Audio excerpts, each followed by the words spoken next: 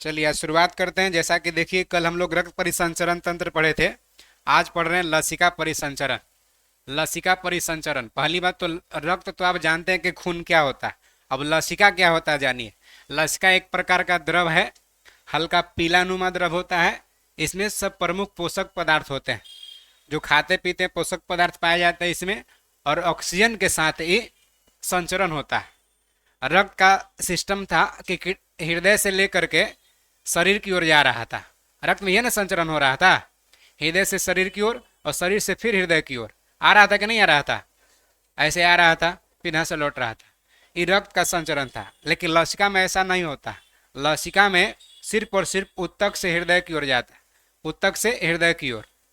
लसिका में उत्तक से हृदय की ओर जाता है, यानी शरीर से हृदय की ओर। हृदय से शरीर की ओर लसिका नहीं जाता है। मोटा मोटी समझ रहे हैं आप। देखिए, विभिन्न उत्तक तथा कोशिकाओं के बीच अंतरा कोशिकीय माने कोशिका से दूसरा कोशिका के अंतर अवकाशों में पाए जाते हैं, गैप में पाए जाते हैं। हल्का पीला द्रव होता है। लसिका का रंग कैसा है? हल्का पीला द्रव। और रक्त का रंग लाल होता है, इसी को लसिका कहते हैं। लसिका हल्का पीला द्रव है और लसिका का रंग है ना। लसिका एक प्रकार का क्या है? द्रव है। और रक्त भी एक प्रकार का द्रव था और लसिका भी एक प्रकार का द्रव है। अब लसिका का रचना कैसा होता है, स्ट्रक्चर? तो जैसे रक्त का प्लाज्मा होता है ना, प्लाज्मा की तरह ही होता है, जिसमें लसिका में क्या पाया जाता है? पौष्टिक पदार्थ पाया जाता है जो खाते पीते हैं, और उसके साथ क्या होता है? ऑक्सीजन और कई अन्य पदार्थ भी मौजूद रहते हैं। यानी पौष्टिक और ऑक्सीजन के साथ मौजूद रहता है कई अन्य पदार्थ। किसमें? लसिका में। लसिका में पाई जाने वाली जो कणिका होता है, जो कण होता है, जैसे रक्त में कण होता है आरबीसी डब्ल्यूबीसी पाया जाता है ना, आरबीसी डब्ल्यूबीसी पाया जाता है रक्त कणिका। उसी प्रकार से रक्तिका में जो लसिका में कणिका पाया जाता है उसका नाम क्या होता है? लिम्फोसाइट। लिम्फोसाइट कहलाता है। रियलिटी में बात करें अगर वास्तव में, तो श्वेत रक्त कणिका ही होता है। यानी लिम्फोसाइट एक प्रकार का क्या है? डब्ल्यूबीसी है। क्या है? डब्ल्यूबीसी। वास्तव में लसिका में जो लिम्फोसाइट होता है श्वेत रुधिर कणिकाएं ही होती है। ये क्या करता है? तो जो डब्ल्यूबीसी करता है वही काम ही हो करता है। क्या करता है? तो रोग प्रतिरोधक क्षमता से जुड़े होता है, मतलब रोग से लड़ने की क्षमता बढ़ाता है मनुष्य का। सबसे महत्वपूर्ण कोशिका का प्रकार है। यानी लिम्फोसाइट लसिका में पाया जाता है जो रोग से लड़ने की क्षमता देता है, रोग प्रतिरोधक क्षमता बढ़ाता है। क्लियर है? अब देखिए, सबसे महत्वपूर्ण क्या है वीवीआई में? तो लसिका उत्तक से हृदय की ओर, सिर्फ और सिर्फ उत्तक से हृदय की ओर केवल एक ही दिशा में बहता है। हृदय से उत्तक की ओर लसिका नहीं बहता है। पॉइंट क्लियर हो गया? चलिए आगे पॉइंट देखिए। लसिका का काम क्या है? तो जो डब्ल्यूबीसी का काम होगा अल्टीमेटली वही ना काम होगा लसिका का भी। पहला काम है लसिका का, देखिए, लसिका में उपस्थित जो लिम्फोसाइट होता है ये हानिकारक जीवाणु को नष्ट करता है, माने भक्षण करता है, और रोग से लड़ने की क्षमता करता है, रोकथाम में मदद करता है। वह काम डब्ल्यूबीसी का भी था। आगे देखिए, लसिका लिम्फोसाइट का निर्माण करता है। तो लिम्फोसाइट भी तो रोग से लड़ने की क्षमता देता है, रोग प्रतिरोधक क्षमता बढ़ाता है, रोग होने ही नहीं देगा आपको। तो लिम्फोसाइट का भी निर्माण लसिका करता है। इसीलिए कहते हैं खाते पीते बढ़िया से रहिए ना तो रोग से जकड़ जाइएगा।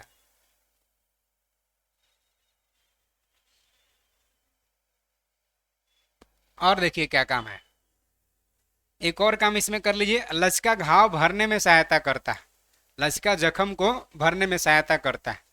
क्लियर हुआ पॉइंट? चलिए अब आ जाइए उत्सर्जन तंत्र। कल हम लोग पढ़े थे पाचन तंत्र। पाचन में जो जो अंग भूमिका निभाया था उसको मिला के कंप्लीट रूप से कह रहे थे कि पाचन तंत्र है। जैसे जीभ था, दांत था, मुख गुहा था, और क्या था? छोटी आंत था, आमाशय था, सब पाचन तंत्र का अंग था। आज हम लोग पढ़ने जा रहे हैं उत्सर्जन तंत्र। माने उत्सर्जन में जो जो अंग भूमिका निभाएगा उसको सम्मिलित रूप से हम लोग कहेंगे कि उत्सर्जी अंग है, उत्सर्जन तंत्र का अंग है ना। तो उत्सर्जन में क्या, पाचन में तो हम लोग क्या पाचन कर रहे थे? कार्बोहाइड्रेट पचा रहे थे, प्रोटीन पचा रहे थे, वसा पचा रहे थे, जो खा पी रहे थे वही ना पचा रहे थे। अब उत्सर्जन में क्या हम लोग उत्सर्जन करेंगे? तो उत्सर्जन में मानव शरीर में जो अवशिष्ट होगा, फालतू एलिमेंट होगा, फालतू जो तत्व होगा उसी को उत्सर्जन करेंगे। कहीं फालतू क्या होगा? जैसे शरीर में प्रोटीन पचता है, कार्बोहाइड्रेट पचता है, वसा पचता है, तो उसमें उपापचय क्रिया के दौरान फालतू चीज भी बन जाता है, जैसे अमोनिया हो गया, यूरिया हो गया, नाइट्रोजन अन्य पदार्थ हो गया, वो सबको शरीर से निकलना अति आवश्यक होता है। अगर नहीं निकलेगा तो जहर होता है, आदमी मर सकता है। तो उत्सर्जन में हम लोग क्या करेंगे, तो नाइट्रोजनी पदार्थ को उत्सर्जन करेंगे। देखिए उत्सर्जन तंत्र, चलिए देखिए क्या उत्सर्जन तंत्र में हम लोग करना है। साधारण उत्सर्जन का तात्पर्य क्या होता है, तो नाइट्रोजनी उत्सर्जी पदार्थ, माने सामान्यतः हम लोग उत्सर्जन जो करते हैं जो नाइट्रोजनी पदार्थ को उत्सर्जन करते हैं, जैसे यूरिया, यह भी नाइट्रोजनी पदार्थ है, 46% तक नाइट्रोजन है इसमें। अमोनिया नाइट्रोजनी पदार्थ है, यूरिक अम्ल नाइट्रोजनी पदार्थ है, इन सबों का निष्कासन होता है। इसके अलावा अन्य मल्य भी है, अवशिष्ट भी है, उसको भी उत्सर्जन करते हैं। अब यहाँ देखिए जीव दे दिया है कि कौन सा जीव उत्सर्जन कौन माध्यम से करता है। जैसे देखिए एक कोशिकीय जीव होता है, एक कोशिकीय जीव उदाहरण में बताइए तो कोई बता पाएंगे, कोई एक कोशिकीय जीव का उदाहरण दीजिए।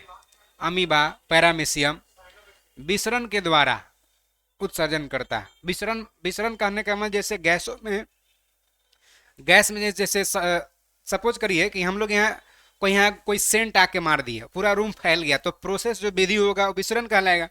तो उसी तरह से एक कोशिकीय जीव, कारण उनका एक एक कोशिका है, उचित उत्सर्जन भी करना, पाचन श्वसन सब कुछ एक एक कोशिका से करना है, तो विसरण माध्यम से उत्सर्जन करता है कोशिकीय जीव। एक पॉइंट हम लोग पढ़े हैं। और हम लोग पढ़ना है एनिलिडा संघ। एनिलिडा संघ का कोई उदाहरण देंगे, जोंक और केंचुआ। जोंक केंचुआ एनिलिडा संघ का जंतु है, जो ब्रिकक या नेफ्रेडिया कहिए, कहीं कहीं नेफ्रेडिया को हिंदी में लिख देगा, कहीं कहीं ब्रिकक लिखेगा, उत्सर्जन करता है। यानी एनिलिडा संघ के जंतु का उत्सर्जन अंग या माध्यम ब्रिकक या नेफ्रेडिया होता है ना। अब देखिए कशेरुकी की बात करें, जो में रीढ़ का हड्डी जिसमें है, मुख्यतः उत्सर्जन अंग क्या होता है कशेरुकी में, किडनी होता है। मानव कशेरुकी है कि नहीं है, रीढ़ का हड्डी है मानव में, तो मुख्यतः मानव का उत्सर्जी अंग क्या होगा, किडनी होगा मुख्यतः। क्या खाली किडनी है उत्सर्जी अंग, इसके अलावा भी है। आगे देख लीजिए, मनुष्य में प्रमुख उत्सर्जी अंग देखिए निम्न है। क्या क्या उत्सर्जी अंग है मनुष्य में से देख लीजिए आप, बहुत सारे उत्सर्जी अंग है, जिसमें प्रमुख त्वचा है। पहला ब्रिक देखिए, किडनी सबसे मेन है, सबसे मेन उत्सर्जी अंग क्या है, किडनी है। उसके बाद कौन है, त्वचा है, यकृत है, फेफड़ा है, उत्सर्जी अंग है ना। अब एक हम लोग बारी बारी से करके पढ़ेंगे। जैसे ब्रिक, किडनी, मनुष्य हो चाहे अन्य स्तनधारी हो, उसमें मुख्य उत्सर्जी अंग क्या होता है, एक जोड़ा ब्रिक होता है। किडनी की संख्या कितना है, इसका वजन कितना होता है किडनी का, 140 ग्राम होता है एक किडनी का वजन। अब किडनी का दो भाग होता है, बाहरी भाग को कॉर्टेक्स कहते हैं और किडनी के अंदरूनी भाग को मेडुला कहते हैं। जैसे किडनी इस शेप में होता है, सेम के बीज देखे हैं, सेम के बीज नहीं देखे हैं, इस शेप में किडनी होता है, सेम के बीज टाइप का किडनी होता है। किडनी के बाहरी भाग को कॉर्टेक्स कहते हैं, अंदरूनी भाग को मेडुला कहते हैं। अब देखिए प्रत्येक किडनी में, माने प्रत्येक दोनों में किडनी में लगभग 1,30,00,000 ब्रिकक नलिका पाए जाते हैं, जिन्हें क्या कहते हैं, नेफ्रॉन कहा जाता है। ये क्या है सर, चाय जब छानते हैं तो बहुत सारा उसमें छेद होता है। छोटा चाय छन्नी है तो ओकरा में 100 गो 150, ओकरों से छोटा है तो 50 गो 60 गो छेद होगा। और बड़ा है चलनीय है पूरा, तो चलनी है पूरा एकदम, तो समझ रहे हैं ना, ज्यादा छेद होगा। उसी प्रकार से किडनी क्या करता है, अवशिष्ट एलिमेंट को, तत्व को छानने का काम करता है। जैसे चाय छाननी से चाय पत्ती छन जाता है, ऊपर फालतू चीज छन जाता है, इलायची वगैरह छन जाता है और नीचे मटेरियल मेन आ जाता है, उसी प्रकार से किडनी से फालतू चीज छना जाता है और नीचे आ जाता है। जैसे देखिए चाय छन्नी में चाय पत्ती छनाया तो चाय पत्ती अच्छा है कि नीचे चाय गया वो अच्छा है, बस खाली अंतर ये है, चाय नीचे गया उपयोग है तो मार लेता पी लेता है लोग, और चाय पत्तिया को फेंक देता है, ये ना। लेकिन किडनी क्या करता है, छानता मेन चीज, बढ़िया का चीज रख लेगा और खराबचा चीज निकाल देगा, और खराब का यूरिन के माध्यम से रिलीज कर देगा आदमी। ऐसा समझे, यो छानने का ही काम कर रहा है, लेकिन मेन छान लिया और खराब का निकाल दिया। जबकि चाहे छानने का काम होता है खराब का छान लेना, बढ़िया का निकाल देना। और किडनी में ऐसा ना है, एकरा में जो छेद है किडनी का, वो क्या करता है, बढ़िया वाला ऊपर रख लेता है और फालतू का नीचे निकाल देता, और फिर लूप ऑफ हेनले, हेनले का लूप जिसको कहते हैं, उसी के माध्यम से यूरिन में जाएगा और रिलीज कर देगा, मानो निकाल देगा। तो वही जो छानने का काम करता है चाहे छन्नी में, उसको कहते हैं छेद। उसी प्रकार से किडनी में जो छानने का काम करता है उसको कहते हैं नेफ्रॉन। माने 1,30,00,000 नेफ्रॉन मिलकर एगो किडनी बनाया है, इसीलिए किडनी का कार्यात्मक संरचनात्मक इकाई क्या होगा? नेफ्रॉन होगा। कोई बिल्डिंग मकान अगर पक्का का है तो उसका यूनिट ईंटा होगा, बिना ईंट के मकान बनेगा पक्का वाला? उसी प्रकार से बिना नेफ्रॉन का किडनी नहीं बनेगा। तो जैसे मानव में जो तंत्रिका तंत्र होता है उसका इकाई न्यूरॉन होता है, तंत्रिका तंत्र न्यूरॉन से मिल मिल के बना होता है। किडनी का इकाई होता है नेफ्रॉन, फेफड़ा का इकाई होता है अल्वोलाई। आ रहा समझ में? चलिए यहां से देखिए, नेफ्रॉन ही किडनी का कार्यात्मक इकाई होता है, फंक्शनल एंड स्ट्रक्चरल यूनिट क्या होता है? नेफ्रॉन होता है। क्लियर हुआ पॉइंट? आगे आ जाइए, आगे आ जाइए।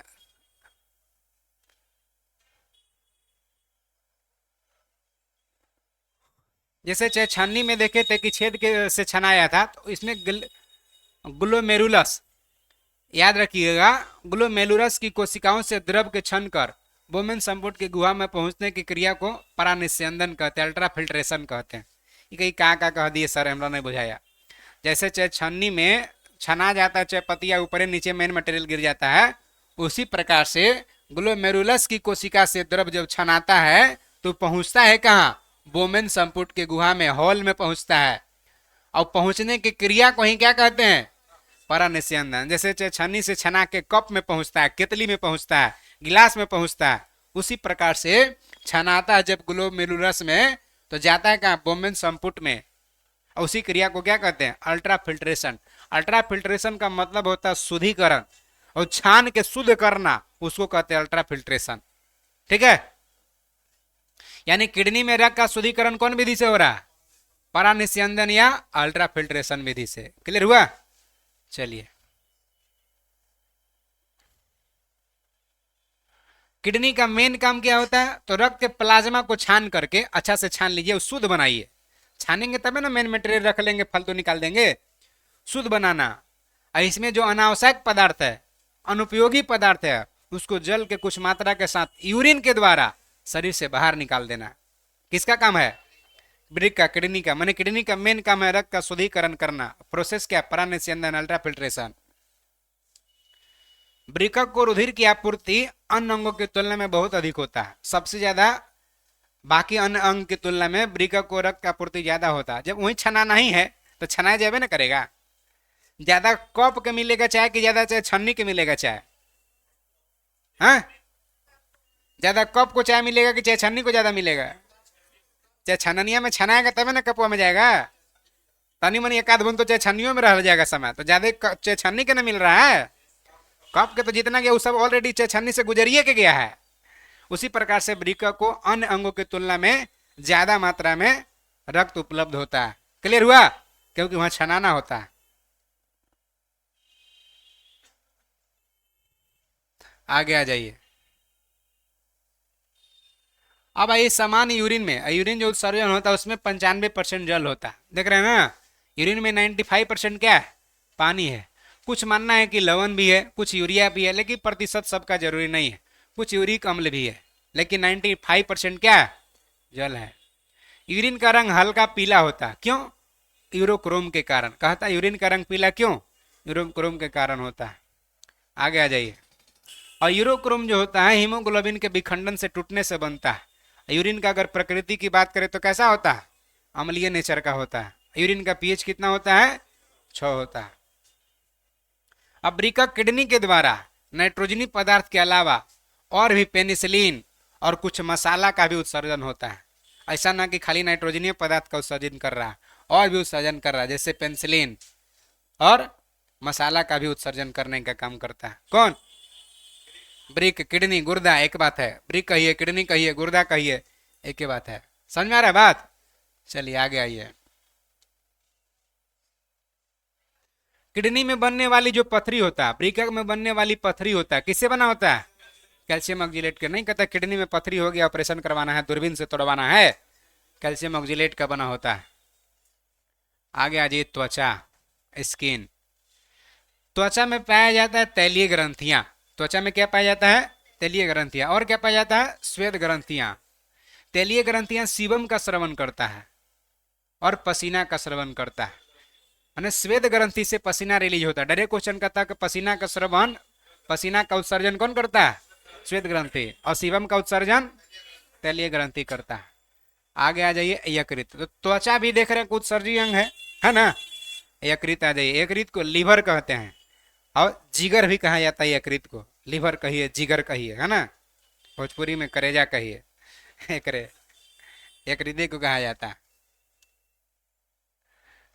आगे देखिए क्या कह रहा। यकृत का जो कोशिका होता है, आवश्यकता से जो फालतू अमीनो एसिड होता है ना, और जो ब्लड में अमोनिया होता है, उसको किस में बदल देता है? मैंने अमोनिया और अमीनो एसिड को यूरिया में बदलने का काम कौन करता है? यकृत के कोशिका करता है, यकृत करता है। और उसी का उत्सर्जन में मुख्य भूमिका निभाता है। यानी यूरिया का उत्सर्जन में मुख्य भूमिका निभाने वाला अंग कौन सा है? यकृत है, लीवर है, जिगर है। अगला जी फेफड़ा, लंग्स। फेफड़ा दो प्रकार के गैसीय पदार्थ कार्बन डाइऑक्साइड और जलवाष्प का उत्सर्जन करता है। फेफड़ा किसका उत्सर्जन करता है? सांस छोड़े हैं तो कार्बन डाइऑक्साइड छोड़ दिए, और जलवाष्प, दो प्रकार के पदार्थ का उत्सर्जन करने का काम किसका है? फेफड़ा है। कुछ पदार्थ ऐसे भी हैं जैसे लहसुन हो गया, प्याज हो गया, कुछ मसाला हो गया, जो वाष्पशील है, जिसमें वाष्पशील घटक होते हैं, उसका भी उत्सर्जन करने का काम कौन करता है? फेफड़ा करता है। दे देगा लहसुन प्याज मसाला का उत्सर्जन करने वाला अंग कौन सा है? फेफड़ा। क्लियर है? आगे आ जाइए।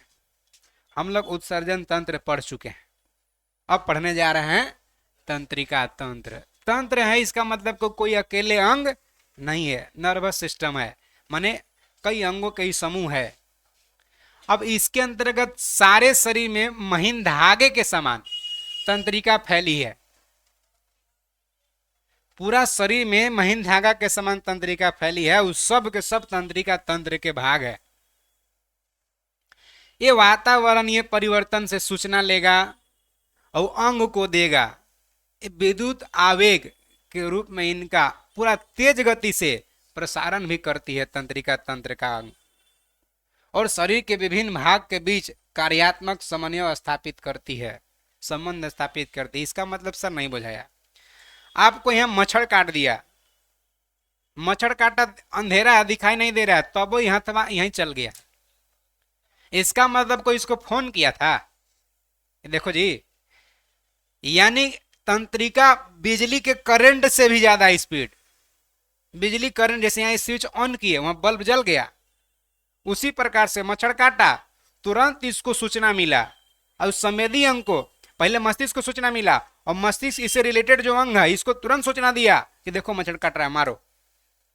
असल में तो वही कह रहा है कि इसके अंतर्गत सारे शरीर में महीन धागा समान फैला हुआ, पैर में काट रहा है तब वो मस्तिष्क तक पहुंच जा रहा है। इसका में एक आदमी फैला हुआ तब ना वहां पूरा शरीर में फैली है। वातावरण में जो परिवर्तन हो रहा, ठंडा लग रहा, तुरंत सूचित करेगा मस्तिष्क, देखो ठंडा लग रहा, चादर ओढ़ लेगा। संबंधित सूचनाएं देता है, अंगों को देता है। विद्युत आवेग, समझ रहे हैं कितना स्पीड में? विद्युत आवेग के रूप में सूचना देता है, और बहुत तेज गति से प्रसारण करता है सूचना। न तो पता चला कि मच्छर काट के भाग गया, तब मैसेज कर रहा है कि देखो ना मच्छर काट रहा है, विद्युत आवेग के रूप में एकदम। और शरीर के विभिन्न भागों के कार्यात्मक समन्वय स्थापित कर पाता है। क्या काम करना नहीं करना तंत्रिका का ही देन है कि सब समन्वय स्थापित हो पाता है। ऐसा में चलिए, मानव शरीर में तंत्रिका कोशिका द्वारा विद्युत संकेत का अंतरण सोडियम और पोटेशियम द्वारा परिचालित होता है। माने इतना स्पीड में काम करने का कारण क्या है? कौन तत्व? सोडियम और पोटेशियम। नोट भी। अब पूरा शरीर में है, पूरा शरीर में फैला हुआ, सर से लेके पांव तक पूरा तंत्रिका तंत्र के सगरे अंग फैलल है। मनुष्य का तंत्रिका तंत्र मुख्यतः 3 भाग में बटा होता है। टोटल को अगर बांट दे तो कितना भाग में? पहला केंद्रीय तंत्रिका तंत्र, दूसरा परिधीय तंत्रिका तंत्र, और तीसरा स्वायत्त तंत्रिका तंत्र। 3 भाग में टोटल तंत्रिका तंत्र को बांट दिया गया है। पहला ये केंद्रीय तंत्रिका तंत्र, बारी बारी से। ये केंद्रीय तंत्रिका तंत्र मेन होगा ना, तब ना सेंट्रल है। तंत्रिका तंत्र का वह भाग जो पूरा शरीर और स्वयं तंत्रिका तंत्र पर भी नियंत्रण रखता है, पूरा शरीर पर कंट्रोल रखता है और तंत्रिका तंत्र पर भी नियंत्रण रखता है, उसी को क्या कहते हैं? केंद्रीय तंत्रिका तंत्र कहते हैं। अब मनुष्य का जो केंद्रीय तंत्रिका तंत्र है इसका भी दो भाग है। पहला है मस्तिष्क ब्रेन और दूसरा है मेरुरज्जु स्पाइनल कॉर्ड। दे देगा निम्नलिखित में कौन सा केंद्रीय तंत्रिका तंत्र के भाग नहीं है, तो है कौन? मस्तिष्क और मेरुरज्जु, ब्रेन और स्पाइनल कॉर्ड।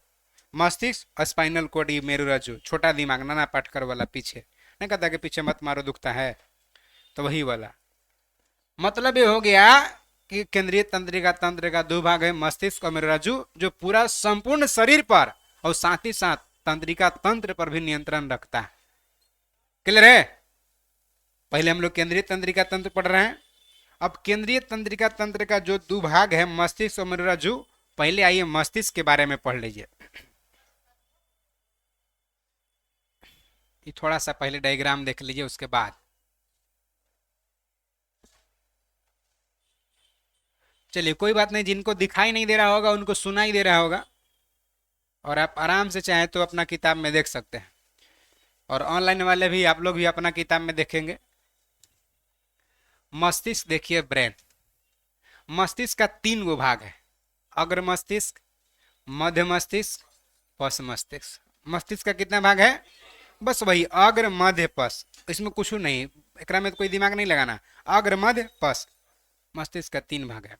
अब अग्र मस्तिष्क का देखिए दो भाग है, सेरेब्रम। सेरेब्रम इसको प्रमस्तिष्क कहते हैं। क्या कहते हैं? प्रमस्तिष्क। दूसरा डायनसेफलॉन। सेरेब्रम प्रमस्तिष्क, और दूसरा क्या है? डायनसेफलॉन। दो भाग। अब मध्य मस्तिष्क का भी दो भाग, कोई कंफ्यूजन रहबे नहीं करेगा। कार्पोरा खाली याद रखना है, और सेरिब्रल पेंडिकल। कार्पोरा और सेरिब्रल पेंडिकल। पेंडिकल आपको मेन है, पेंडिकल और कार्पोरा मध्य मस्तिष्क का भाग है। और पश्च मस्तिष्क का दो भाग है, सेरेबेलम और मेडुला ऑब्लंगाटा। सेरेबेलम को अनु मस्तिष्क कहते हैं, सेरेबेलम को क्या कहते हैं? अनु मस्तिष्क कहते हैं।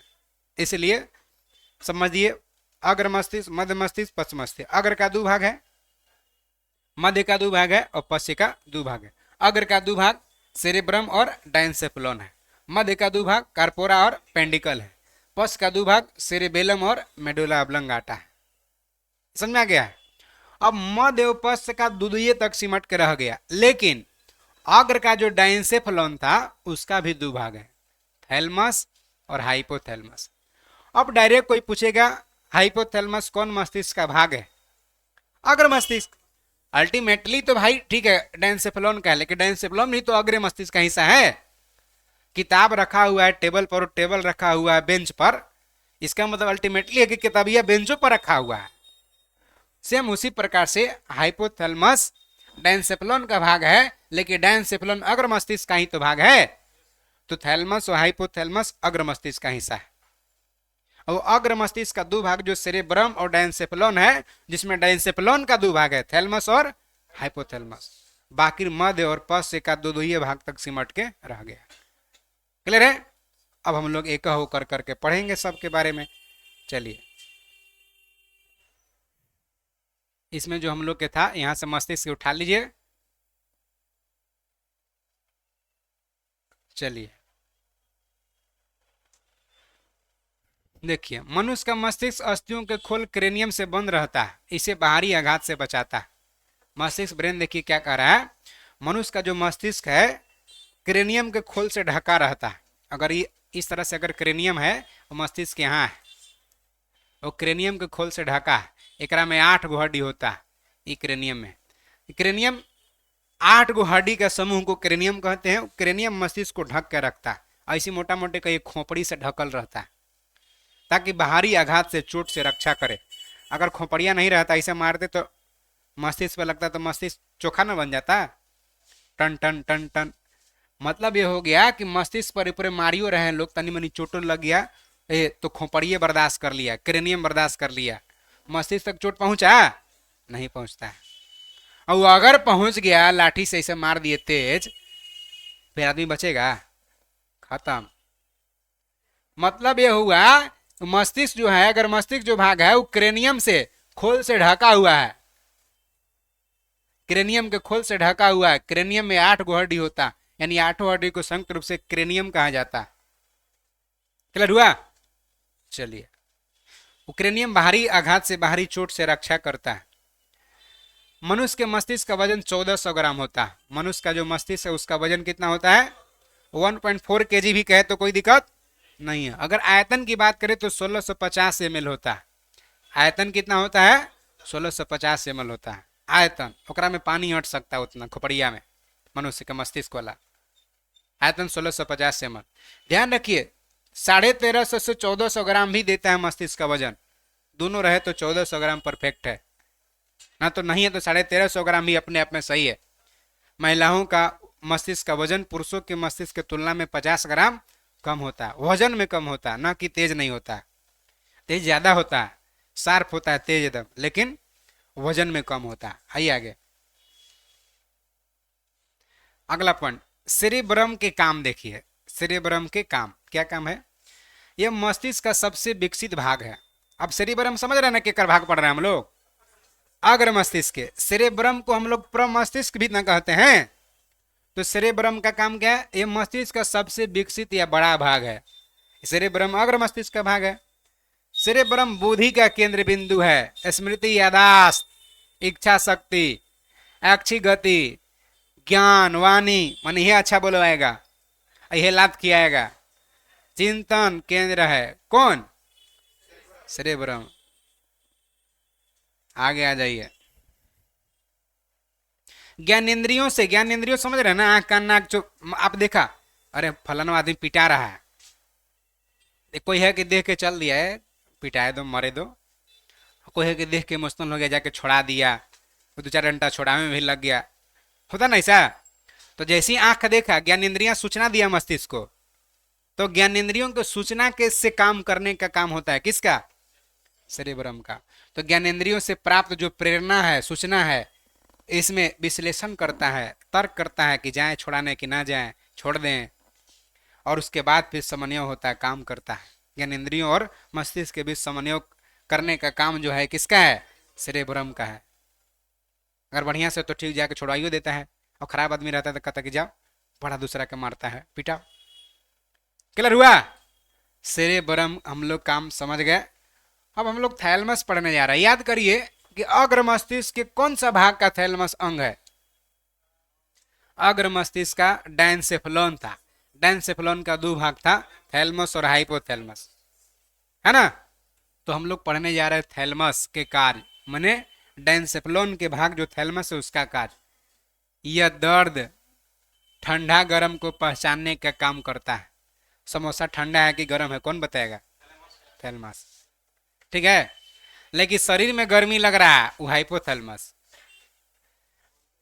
ठंडा गर्म पहचानने का काम करता है थैलमस। बाहरी टेम्परेचर, बाहरी वातावरण से रिलेटेड है, लेकिन शरीर के अंदर गर्मी लग रहा है, ठंडा लग रहा है, ये हाइपोथैलमस। ये थोड़ा है कि छू के बता दे गर्मी है कि ठंडा, ऐसे होगा ना? ना, छू के बतावे वाला है थैलमस, और जो शरीर में लग रहा है वो हाइपोथैलमस।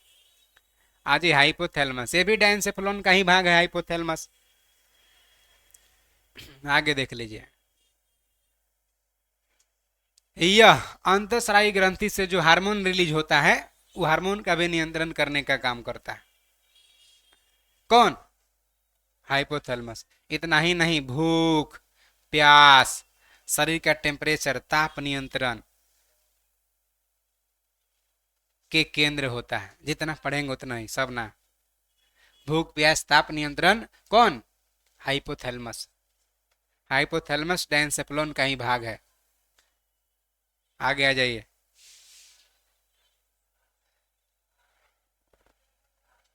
आज एक कारपोरा, याद करिए, कारपोरा कौन मस्तिष्क के भाग है?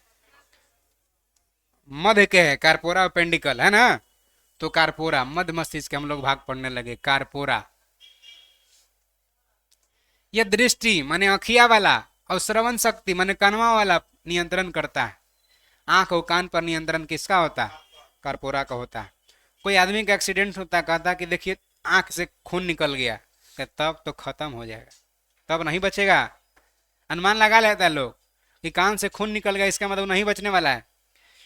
कि सर में इतना चोट लगा है कि मध्य मस्तिष्क टच कर गया है, तब तो कानों में खून फेंक दिया। चोट लगा यहाँ, यानी इसका मतलब कि खोपड़िया पार करके चोट लग गया मस्तिष्क पर, तब ना कान से खून निकला, ऊपर से नहीं निकल रहा है। इसका मतलब कारपोरा तक पहुंचा है तो आदमी साफ। मस्तिष्क पर चोट लग जाएगा तो आदमी साफ हो जाता। पुलिस वाला के मारते हुए देखे हैं, सिर पर मारता है, कहाँ मारता है? पैरवा के नीचे, और पिछवाड़ा में भी मारता है। हाँ, आइए आगे। तो कारपोरा दृष्टि और श्रवण शक्ति पर नियंत्रण करता है, पॉइंट क्लियर हो गया। आगे देखिए, पेंडिकल। पेंडिकल भी कौन मस्तिष्क का हिस्सा है? मध्य मस्तिष्क का। यह मस्तिष्क के अन्य भाग को मेरुरज्जु से जोड़ता है। मस्तिष्क का अन्य भाग को मेरुरज्जु माने स्पाइनल कॉर्ड, जो पिछलका है सबसे छोटका दिमाग, उससे जोड़ने का काम करता है। आइए सेरिबेलम। सेरिबेलम कौन मस्तिष्क का हिस्सा है? पस मस्तिष्क। सेरिबेलम और मेडुला ऑब्लंगाटा पस मस्तिष्क का हिस्सा है। सेरिबेलम आइए, शरीर के संतुलन बनाए रखता है। याद करिए, सेरिबेलम को और क्या कहते हैं? अनुमस्तिष्क। सेरिबेलम को अनुमस्तिष्क कहते हैं। ये शरीर का संतुलन बनाए रखता है। इसका मतलब सर, आदमी जब शराब पीता है तो देखिएगा, कभी ई रोड पर इधर चलेगा तो कभी वो किनारे पर ना, एकदम लुढ़कते लुढ़कते जाएगा, नाला में गिर जाएगा लुढ़कते लुढ़कते।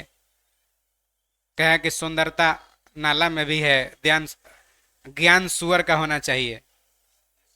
मतलब कि लुढ़क भी जाएगा तब उसको, यानी डैमेज हो गया, इधर उधर लुढ़क रहा है तो तलमला आ रहा है, तो उसका कौन मस्तिष्क का डैमेज है? सेरिबेलम। छत पर चढ़ जाएगा, देखेगा आसमान में रात में तारा, कहेगा अरे इतना लाइट हाइलोजन लगा दिया है सब, जनरेटर किधर है? जनरेटर पीले रहेगा वो। और चांद दिख गया तो कहेगी तो 1000 वाट के लग रहा है कि ऊपर लगा दिया, जनरेटर है ये नहीं है, वो कहीं जनरेटर के चक्कर में नीचे चल गया। उसके सेरेबेलम डैमेज है। खाली सेरेबेलम डैमेज नहीं है, उसका सेरेब्रम बुद्धियो डैमेज हो गया है। कोई आदमी सामने से किसी को खड़ा नहीं होता, वो पी के उसको गाली गलौज कर देता है, बाद में कहता है कि पीले थे माफ कर दीजिएगा। हो जाता नहीं सा? पी के पिताजी से जुबान लड़ा देगा, पी के कहता है कि ऐसा नहीं मानेगा, एक दिन पी के आएंगे तभी तो मानेगा। यानी बुद्धियो उसका डैमेज होता है। एक शराबी जो है कि पूरा पी के लोट है, और तिनसलिया टोर जानते हैं, मारेगा फोकस तो पूरा दूर तक जाता है, पुलिस वाला रख ले रहता है। तिनसलिया टोर चलाया, शराब पी ले है एकदम, और झूम रहा है। एक और शराबी दूसरा उसी के पास बगल में आया, कह रहा है कि इसका फोकस जहां तक जा रहा है तू चढ़ जाएगा। ये तो पी ले, ये था फोकस वहां पर चढ़ जाएगा। बगल में था वो कहा कि चढ़ तो जाएंगे, वो पी लेता, लेकिन तू सोच रहे स्विच ऑफ कर दिया तो। एक का बुद्धियों क्या है? डैमेज है। तो दोनों डैमेज होता है, लेकिन ज्यादातर डैमेज क्या होता है? सेरेबेलम ज्यादा डैमेज होता है। सेरेब्रम भी होता है, लेकिन ज्यादा डैमेज सेरेबेलम होता है। शरीर के संतुलन बनाए रखता है। और क्या काम करता है? ऐच्छिक पेशी के संकोचन पर नियंत्रण करता है। जैसे हाथ पैर हो गया, इस सब पर कंट्रोल करेगा। यह कहे कि मार मार, जैसे सेरेब्रम कहे कि मार, तो ये हाथ उठा देगा, मार देगा, भागा देगा। सेरेब्रम परम मस्तिष्क कहे खीरा तोड़ लो, यही जाके तोड़ लेगा।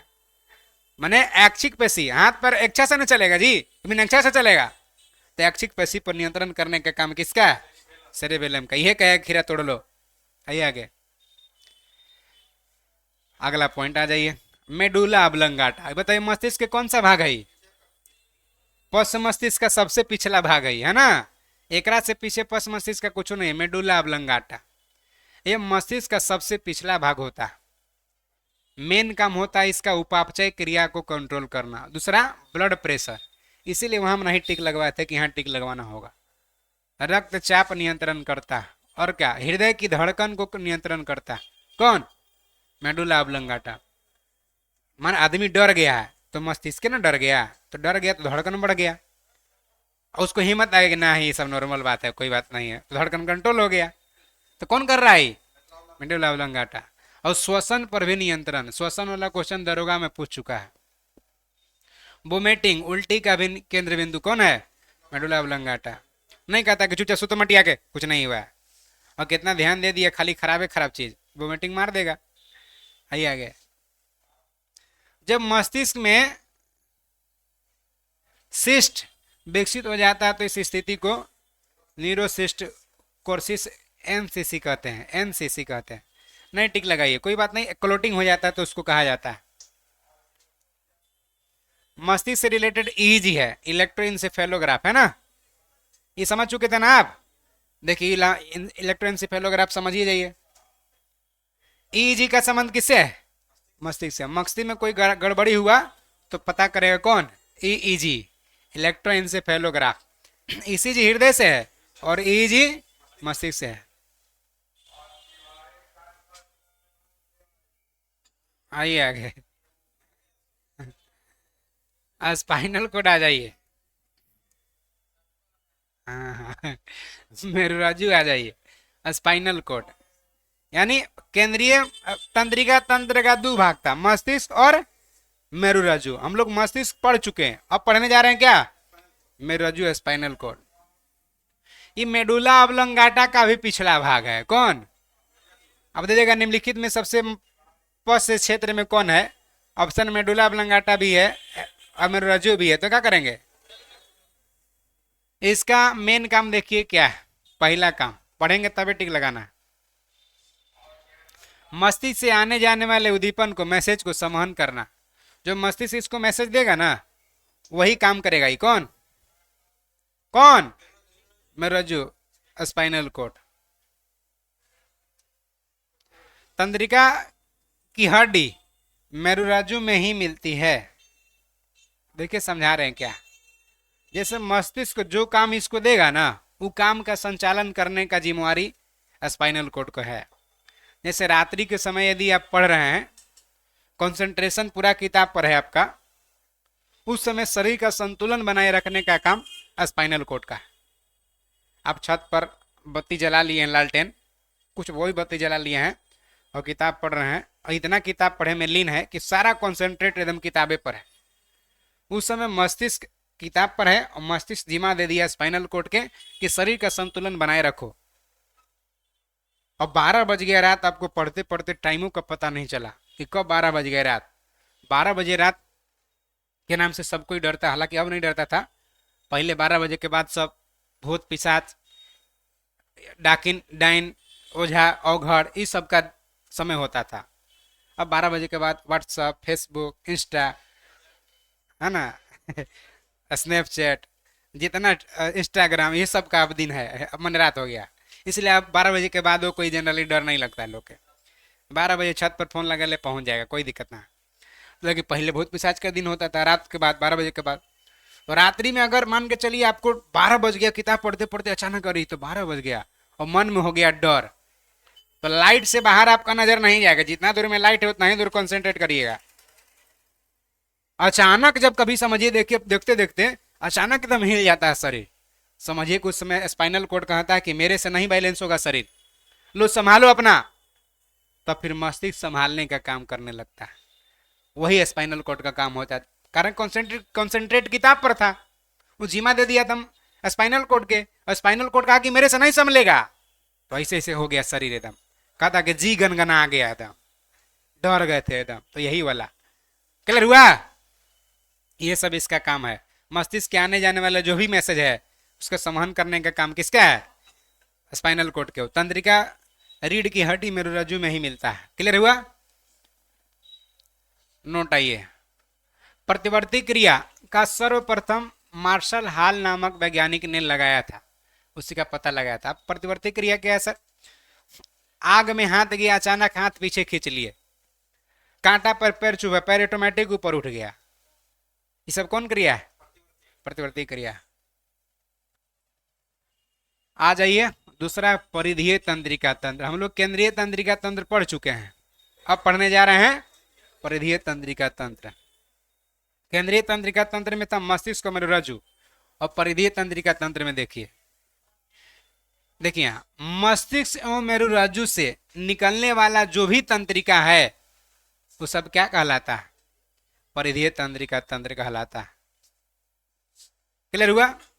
या इसको कह सकते हैं कि मस्तिष्क से जो निकला उसको कपाल कहेंगे, और मेरुरज्जु से निकला हो क्या कहलाएगा? मेरुरज्जु तंत्रिका कहलाएगा। बात बराबर है हुआ।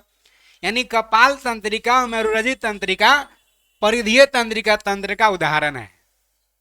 मस्तिष्क से और मेरुरज्जु से निकलने वाला जो तंत्रिका है, माने मस्तिष्क और मेरुरज्जु के जो आदमी है ना, वो परिधीय तंत्रिका तंत्र कहलाता है। परिधीय तंत्रिका तंत्र का भाग है, यही ना। अरे भाई पूरा शरीर में जब तक नहीं एक आदमी फैलल रहेगा, मच्छर काटेगा तो कैसे मस्तिष्क बताएगा जाओ काट लिया है जी। यानी एक आदमी है तब ना। तो मस्तिष्क से और मेरुरज्जु से जो निकला हुआ तंत्रिका है उसी को क्या कहते हैं? परिधीय तंत्रिका कहते हैं। या कपाल और मेरुरज्जु परिधीय तंत्रिका तंत्र कहलाता है। क्लियर? कपाल मस्तिष्क से निकला है और मेरुरज्जु मेरुरज्जु से निकला हुआ। आगे, मनुष्य में 12 जोड़ी कपाल तंत्रिका होता है और 31 जोड़ी मेरुरज्जु तंत्रिका पाया जाता है। कपाल तंत्रिका कितना? अब मेरुरज्जु तंत्रिका कितना? 31 जोड़ी। क्लियर हुआ? आगे आ जाइए। न्यूरॉन, ये तंत्रिका तंत्र का जो कोशिका हो न्यूरॉन कहलाता है। यूनिट जो है न्यूरॉन कहलाता। तंत्रिका उत्तक का इकाई, कार्यात्मक, संरचनात्मक, फंक्शनल, स्ट्रक्चरल यूनिट को क्या कहते हैं? न्यूरॉन कहते हैं। क्लियर हुआ? न्यूरॉन तंत्रिका कोशिका कहलाता है। न्यूरॉन क्या है? तो तंत्रिका कोशिका है। जैसे नेफ्रॉन था, किडनी, वृक्क कोशिका। आगे आइए। एक हार्मोन है नोरएड्रेनालिन नामक रासायनिक द्रव न्यूरोट्रांसमीटर पदार्थ है। नोरएड्रेनालिन हार्मोन क्या करता है? तो तंत्रिका के वेग को कम बेसी करने का काम करता है। जो एड्रिनल ग्रंथि से स्रावित होने वाला हार्मोन है। आगे आ जाइए। हम लोग परिधीय तंत्रिका भी पढ़ चुके हैं, नहीं पढ़ चुके? मैसेज देगा, मान के चलिए परिधीय तंत्रिका मस्तिष्क में मेरुरज्जु के ही भाग है और उन लोग मस्तिष्क जो मैसेज देगा वो काम करेगा उन लोग, ये ना। या मस्तिष्क तक पहुंचाएगा, ठंडा लगा तुरंत पहुंचा देगा मस्तिष्क के, कह रहे भाई देखो ना ठंडा लग रहा है, ये एकदम जलन होने लगा, फटाक से मैसेज पहुंचाएगा मस्तिष्क के जलन हो रहा है, कारण कि मस्तिष्क के मेरुरज्जु के ना भाग है सब। चलिए आगे है स्वायत्त तंत्रिका तंत्र, तीसरा वैरायटी तंत्रिका तंत्र का है। आगे देख लीजिए। कुछ मस्तिष्क और मेरुरज्जु तंत्रिका का बना होता है, लेकिन यह शरीर के सभी आंतरिक अंग और रक्त वाहिनियों को तंत्रिका की आपूर्ति करता है। माने शरीर के आंतरिक अंग को पानी चाहिए ना। अब भाई किडनी उडनी के पानी ना चाहिए? पानी रहता है तो लगता है कि पानी की प्यास जी मचलने लगता है, बहरी मचलने लगता है कि अंधेरे मचलने लगता है। तो आंतरिक अंग वगैरह को, ये देखिए क्या कह रहा है। कुछ मस्तिष्क और कुछ मेरुरज्जु तंत्रिका का बना होता है, ये भी स्वायत्त तंत्रिका भी। लेकिन शरीर के सभी आंतरिक अंग, कोई भी आंतरिक किडनी लीवर सब हो, और रक्त वाहिनी, रक्त वाहिनी माने क्या? जैसे धमनी हो गया, सिरा हो गया, तंत्रिका की आपूर्ति करता है। रक्त वाहिनी को तंत्रिका की आपूर्ति करने का काम कौन करता है? स्वायत्त तंत्रिका। स्वायत्त तंत्रिका तंत्र की अवधारणा को सबसे पहले लैंगनी ने प्रस्तुत किया था, इस भी जरूरी नहीं है। स्वायत्त तंत्रिका तंत्र के दो भाग हैं, अनुकंपी तंत्रिका तंत्र और परानुकंपी तंत्रिका तंत्र। भाई स्वायत्त इसका नाम क्यों पड़ा सर? यो तो मेरुरज्जु और मस्तिष्क का है, इसलिए कि मस्तिष्क इसको कोई लेना ही देना नहीं रहता।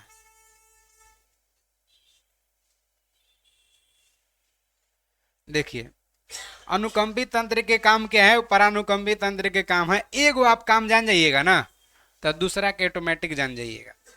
जैसे सपोज करिए आप अभी छुट्टी में घरे जाएंगे और 12 बजे रात को स्टेशन पर उतरे हैं, आगे जस्ट नदी पार करके आपको जाना है, या बस स्टैंड से उतरे हैं, जाना आपको नदी पार करके आपका गांव है, और 2-4 दिन पहले ही आपको गांव के माध्यम से न्यूज पता चला था कि जो नदियां पार करना पुलवा पर एक्सीडेंट हुआ था और 4 गो आदमी खड़े खड़े मर गया उसी जगह।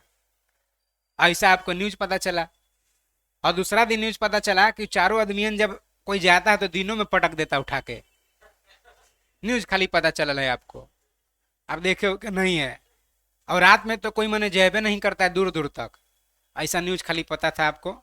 आप स्टेशन पर उतरे या बस स्टैंड उतरे, आप हिम्मत जुटाए एकदम कि ना भय ऐसे भूत है, कोई भूत उतना ही है, तान दिए एकदम। जैसी नदिया के नजदीक पहुंचे आपको याद आ गया उला बतिया कि पटक देता दिनों में, 4 गो मरल था, सुने कि हॉर्न बजाना पड़ता है, कोई गुजरता है तो झाए झाए की आवाज आता है, नरेटी चाप देता है, तरह तरह के आपको मन में आने लगा। जैसे जैसे नदी पुल के जा रहे हैं एकदम आपका धड़कन क्या हो रहा है, घट रहा है कि बढ़ रहा है? बढ़ रहा है। पसीना घट रहा है कि बढ़ रहा है? ठंडी के मौसम में भी पसीना टपकने लगा। लार सूख रहा है कि बढ़ रहा है? तारू चटक रहा है, एकदम लार सूख रहा है। और रोंगटे खड़ा हो रहा है कि सूत रहा है? एकदम खड़ा हो जा रहा है।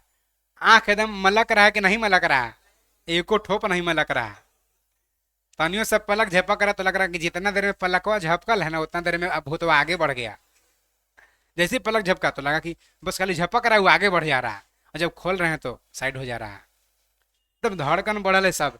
ये सब जो आपको घटना हो रहा है ना, ये सब अनुकंपी का काम होता है। जो डर लगेगा ना आपका, ये सब कौन काम है? अनुकंपी सब कर रहा है आपको। धड़कन बढ़ा रहा है, पसीना चला रहा है, रोंगटे खड़ा कर रहा है, तारू चटका रहा है, सब कौन काम है? देखिए, इसकी क्रिया से बाल खड़ा हो जाता, रोंगटे खड़ा हो जाता, अनुकंपी के काम। लार ग्रंथियां स्राव को कम कर देता, लार सूखने लगता है, तारू चटकने लगता है। इधर धड़कन को तेज कर देता है, धड़कन बढ़ जाता है। श्वेत ग्रंथियां से स्राव को प्रारंभ कर देता है, पसीना भी निकलने लगता है। आंख की पुतली को फैला देता है, पलक झपकबे न करेगा। यूरिन की पेशियों को विमोचन कर देता है। इतना ही नहीं है, ज्यादा डर गए तो सुसु भी हो जाएगा। आगे देखिए, इसके द्वारा श्वसन दर भी तेज हो जाता, लगता कि हाथ चढ़ गया बिना दौड़े ले, फाए फाए कर रहे हैं। सब किसके कारण? अनुकंपी। लेकिन जैसी पुलिया का नजदीक आए, उन्हें से गांव के वो लड़का हल्ला कर दिया कि का चीज आ गया का। तो जब पहचान लिया कि वह लड़की हमारे गाँव वाला की आ गया का, हाँ अब नॉर्मल हो गया एकदम। धड़कन भी कम हो गया, श्वसन भी कम हो गया, पसीना भी कम हो गया, पसीना सूख गया एकदम। तारू भी चटक रहा था तो प्यास नहीं, एकदम नॉर्मल हो गया, रोंगटे सूत गया। तो जो सब अपोजिट जो काम हुआ, ये परानुकंपी का काम है। क्लियर हुआ? चलिए, ब्लड प्रेशर बढ़ा देता है, देख रहे अनुकंपी में। इतना ही नहीं, ब्लड के शर्करा भी बढ़ा देता है, डायबिटीज हो जाएगा डर से। इतना ही नहीं, आरबीसी भी बढ़ा देगा, ब्लड थक्का क्लोटिंग करा देगा। ज्यादा डर गए तो जम के मुंह मर जाएंगे लोग। ज्यादा डर गए तो हार्ट अटैक हो जाएगा, ब्लड क्लोटिंग हो जाएगा, हृदय में सप्लाई कम हो गया, मर जाएगा। सामूहिक प्रभाव से क्या होगा? भय होगा, डर होगा, पीड़ा होगा, क्रोध पर प्रभाव पड़ता है। क्रोध के समय भी ये सब घटना घटता है। क्रोध में भी एकदम हाथ चढ़ जाता है ना, धड़कन बढ़ जाता है, कहता बीपी के पेशेंट हो गया है। क्रोध में भी यही सब घटना होता है। परानुकंपी के काम देखिए, तो अनुकंपी के अपोजिट कौन काम है? परानुकंपी, ये ना जी। अनुकंपी के अपोजिट परानुकंपी के काम देख लीजिए। तो एक में समझना है। अब समझिएगा कि गांव का लड़का जो मिल गया हला कर दिया, काजी आ गया, तो समझिए परानुकंपी काम करे लगा। देखिए यहाँ सब नहीं, आंख के पुतली को संकुचित कर देता है, समझिए ऊपर अपोजिट सब काम कर रहा है। यूरिनेशन में भी जो सुसु होने लगा था वो भी रुक जाएगा। आर्मी के बहाली में दौड़ में गया आदमी, लाइन में लगा जखने से सुसु बार बार लग रहा है, बार बार लग रहा है। मैंने कितना जैसी बैठा रहा कि आगे बढ़ो तो तुरंत हल्ला करा, मैं गॉड सर, मैं गॉड सर। इसका मतलब वहां डर हो गया, भय हो गया है। दौड़ निकलेगा ना निकलेगा, तुरंत डंडों से मारेगा तब नहीं मानेगा, पिटाएगा तब हो जाएगा। आगे देखिए, इस सब के तंत्रिका तंत्र के प्रभाव से क्या होगा? आराम और सुख का स्थिति उत्पन्न होगा। क्लियर हुआ? क्लियर हुआ कि ना हुआ? माने केंद्रीय तंत्रिका तंत्र, परिधीय तंत्रिका तंत्र, स्वायत्त तंत्रिका तंत्र पढ़ लिए। अब हम लोग पढ़ने जा रहे हैं कंकाल तंत्र। कंकाल माने हड्डी और तंत्र माने हड्डी के जुड़े जो रिलेटेड होगा, है ना। चलिए, स्केलेटन सिस्टम, कंकाल तंत्र। मूर्ति जी बनाते हुए देखे होइएगा सब कोई, बांस के फट्टा के, रड के पहले स्ट्रक्चर बनाता है, उसके तो स्ट्रक्चर जो ढांचा बना है वही कंकाल कहलाता है। शरीर बनाने में भी ढांचा है, जेकर ढांचा मुंहवा के लंबा है ओकर मुंह गोल होगा कभी? जेकर मुंह गोल है ढांचा, ओकर लंबा कभी होगा? ना होगा। तो जैसा ढांचा रहेगा ओकरे पर ना मांस चढ़ेगा। तो ढांचा बनाएंगे टेढ़ हाथ तो मूर्ति जी के सोझ हाथ हो जाएगा। ढांचा बनाएंगे आशीर्वाद देते हुए, समझिए आशीर्वाद देते हुए रहेगा वो। तो ढांचा बनेगा स्केलेटन से, कंकाल से, ओकरा पर फिर पुआल लपेटता है, यानी पुआल लपेट दिया, मांसपेशिया हो गया, फिर मिट्टी लगाता है, त्वचा बना दिया, तब फिर कलर पेंट श्रृंगार उंगार करता है, वो जींस शर्ट पैंट हो गया, वो सब समझिए, है ना। तो देखिए ढांचा बनेगा केकरा से, कंकाल तंत्र में आइए। मनुष्य का कंकाल तंत्र दो भागों का होता है, पहला अक्षीय कंकाल और दूसरा उपांगीय कंकाल। पहला देखिए अक्षीय कंकाल। अक्षीय कंकाल में देखिए क्या होता है, शरीर का मुख्य अक्ष बनने वाले जो कंकाल होता है उसी को अक्षीय कंकाल कहते हैं। यानी अक्षीय कंकाल में क्या क्या आता है, खोपड़ी और कशरुकी दंड, कशरुकी रीढ़वा वाला खोपड़ी और कशरुकी दंड और छाती की अस्थियां। खोपड़ी, कशरुकी दंड और छाती, खोपड़ी, कशरुकी और छाती। कौन कंकाल में आएगा, अक्षीय कंकाल में। दे देगा निम्नलिखित में कौन सा अक्षीय कंकाल का हिस्सा नहीं है, हाथ पैर की हड्डी अक्षीय कंकाल का हिस्सा है नहीं है कौन कौन, खोपड़ी और कशरुकी और छाती के बाती, है ना, जो छाती के बाती है वह वाला। आइए आगे, खोपड़ी एक होकर के पढ़ लेंगे, खोपड़ी पढ़ेंगे, कशरुकी पढ़ेंगे, छाती पढ़ेंगे, ये ना। मनुष्य के सिर के अंत कंकाल के भाग को खोपड़ी कहते हैं। बाहरी कंकाल है क्या कि अंदर है, त्वचा के नीचे अंत कंकाल को खोपड़ी कहते हैं। कुल सिर में बात करें तो 29 हड्डी होता। कुल सिर में कितना हड्डी, एकरा में 8 गो हड्डी जो होता है संयुक्त रूप से मनुष्य के मस्तिष्क को सुरक्षित रखता है। याद करिए, क्रेनियम कहते हैं। 8 को संयुक्त रूप से क्या कहते हैं, क्रेनियम, स्कल कहते हैं। इन हड्डी से बनी रचना को क्या कहते हैं, कपाल कहते हैं, क्रेनियम कहते हैं, स्कल कहते हैं। क्लियर। कपाल की सभी हड्डी स्ट्रक्चर जो होता है एकदम दृढ़ता पूर्वक जुड़ा रहता है। ऐसा नहीं कि 8 अलग अलग स्पेस है, 8 एकदम ऐसा सटल रहता है, जुड़ल रहता है, कहीं स्पेस नहीं रहता, दृढ़ता पूर्वक जुड़ा रहता है। न तो डंडा से लगता तो अलग अलग न हट जाता, तो दृढ़ता पूर्वक टूट जाता, फूट जाता फूट जाता, लेकिन हटेगा नहीं, गहरा दोस्ती होगा ना। इसके अतिरिक्त 8 गो हो गया खोपड़ी में, इसके अतिरिक्त 14 गो हड्डी चेहरा बनाता है। चेहरा में क्या गो हड्डी, कहता 14वीं का चांद हो या अंधेरी रात हो, खुदा कसम लाजवाब हो। तो चेहरा में क्या गो हड्डी है, 14 गो। स्ट्रक्चर कौन बनाया है, 14, इसीलिए 14 के चांद गाना निकाल दिया है। 6 गो हड्डी कान में होता है, तो 14, 26 और 8, 28। और एक गो होता है हाइड नामक, जिस पर अस्थि का खोपड़ी होता, माने सीधा मस्तिष्क जगह पर टिकल है, मस्तिष्क जगह पर टिकल है वो हाइड है, जगह पर मस्तिष्क है, ऊपर से 8 गो है समझ में। तो अस्थि कान होता है, हाइड नामक एक और अस्थि होता है जो खोपड़ी में होता है। तो 28 क्या गो हो गया, 29। 8 गो मस्तिष्क वाला, 6 गो कान वाला, 8 6 14, और 14 गो चेहरा वाला, 28। एगो जरा पर है मस्तिष्क, हेड ना हो गया का, गड़बड़ा गया का जी। 8 गो खोपड़ी वाला, 6 गो कान वाला, 8 6 14, और 14 चेहरा, 28। एगो जरा पर मस्तिष्क है, 29। कुल सिर में कितना हड्डी, हम लोग पढ़ लिए अभी जो 3 भाग था ना अक्षीय कंकाल का, खोपड़ी था, कशरुकी था और छाती। अब आइए कशरुकी दंड पढ़ते हैं। कशरुकी दंड वर्टिब्रल कॉलम, ये रीढ़वा वाला। मनुष्य का देखिए तंत्रिका की संख्या 31 जोड़ी है, मेरुराजु जो तंत्रिका उसका संख्या 31 जोड़ी है, स्पाइनल कोड की संख्या 33 जोड़ी। याद रखिए दोनों में अंतर है। मनुष्य का कशरुकी दंड 33 कशरुकी से मिलकर बना है, जैसे ही है ना ऐसे, तो ऐसे रहता है 1 2 3 ऐसे 33 कशरुकी से मिलकर बना होता है। सभी कशरुकी उपास्थि गदी के द्वारा जुड़े रहते हैं, सब एक दूसरा से जुड़ा रहता है, गदी के द्वारा सॉफ्ट रहता है। इन गदी से कशरुकी दंड लचक लचीला रहता है। अगर ये ज्वाइंट के पास लचक नहीं रहता, गदी नहीं रहता, तो लचीला नहीं, हार्ड होता। इसको लचक है एकरा में, लेकिन शरीरिया के जो कशरुकी लचक है ना, लचक नहीं रहता तो आगे मुड़ पाते, दाएं बाएं आगे पीछे, क्यों, क्योंकि लचक है। अगर लचक ना रहेगा तो गड़बड़ा जाएगा ना। आगे इसका पहला कशरुकी जो है कशरुकी दंड का, वो एटलस कशरुकी कहलाता है। जब से शुरू में जो है सिर से जुड़ा हुआ है, रीढ़वा का जो ज्वाइंट पर पहिलका जो है हड्डी, उसको क्या कहेंगे, एटलस कहेंगे। यानी एटलस सिर और नीचे धड़, दोनों को जोड़ने का काम करता है। एटलस पहला है समझ में। मारेंगे तो सिर धड़ से अलग हो जाएगा, इसका मतलब समझ रहे हैं। सिर अलग हो जाएगा, एटलस से नीचे अलग हो जाएगा, ये ना, यहाँ से अलग। आइए आगे, आगे देख लीजिए क्या कह रहा है, बॉक्स में देख लीजिए थोड़ा सा। मनुष्य के शरीर में कुल कितना हड्डी?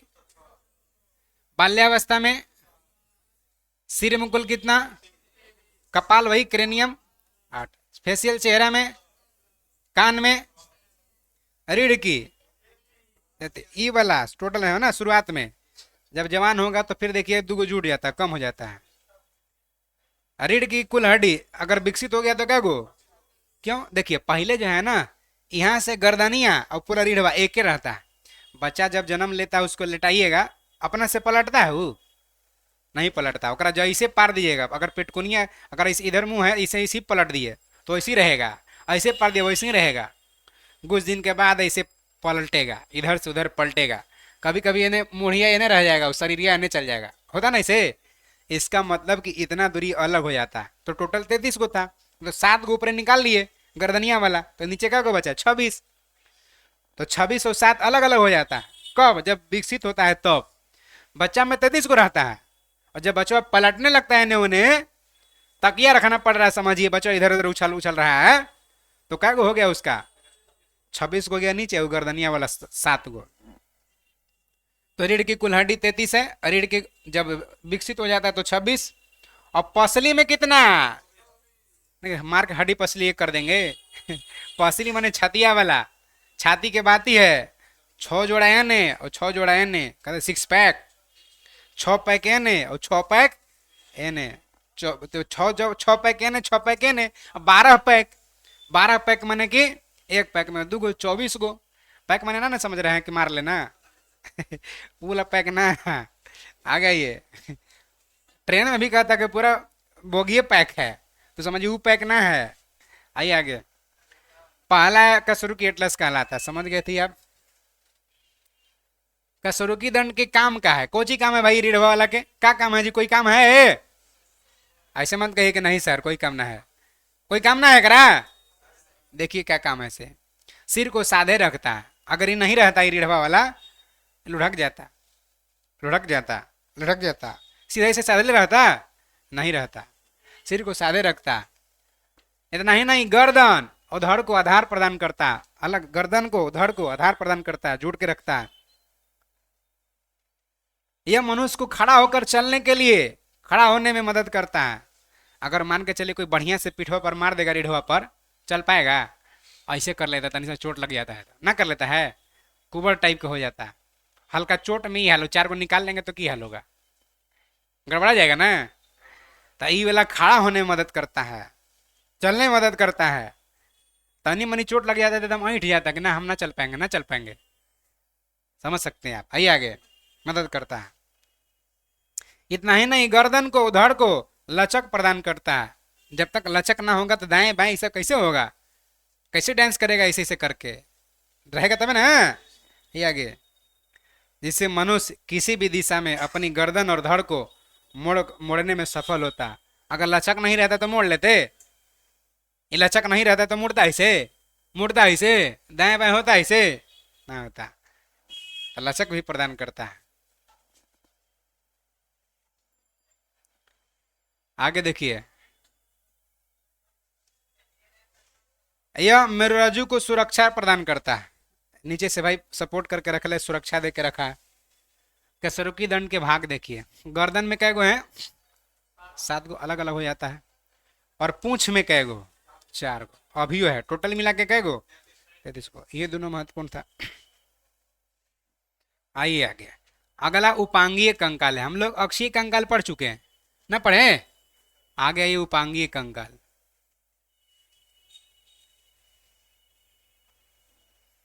इसका मतलब कि सिर, छाती और कसरुकी 3 गो अक्षीय था। एक अलावा जो बच गया उपांगीय कंकाल में होगा। उपांगीय कंकाल, पैर की हड्डी, दोनों हाथ पैर मिलाकर कै गो? 118 हड्डी उपांगीय है। मेखला, मेखला समझ रहे हैं? नहीं कहते लेग पीस मुर्गा के उखाड़ देता धर के, तो एक नहीं कहते एक अलंगीय, अरे भाई, मगध साम्राज्य के एक जरासंध था, जो बृहद्रथ का बेटा था। उसको भीम क्या किए थे, एगो पैरवा से चाप लिए, एगो टंगरिया धर के फाड़ दिए। तो टंगरी फाड़ के एगो एने फेंक दिए, एगो ओने फेंक दिए। तो एगो एने फेंके वो मेखला, एगो एने फेंका गया, एगो मेखला ओने फेंका गया। वह कंप्लीट एक अलंगे जो होता है वो मेखला कहलाता है। ओकरे में जांग की हड्डी, घुटना उठना सब आ जाएगा, पूरा एगो लेग पीस है का। आइए आगे। मनुष्य के अग्रपाद और पश्चपाद को अक्षीय कंकाल पर साधने के लिए दो चाप पाए जाते हैं, जिन्हें क्या कहते हैं, मेखला कहते हैं। एगो एने है, एगो एने है, मेखला है। अग्रपाद मानी हथवा वाला, एक बात कर रहा है, अंश मेखला कहते हैं। और पश्चपाद माने पैरवा वाला के कौन, श्रेणी मेखला कहते हैं। डायरेक्ट कहेगा श्रेणी मेखला पाया जाता है, हाथ में कि पैर में, पैर वाला है।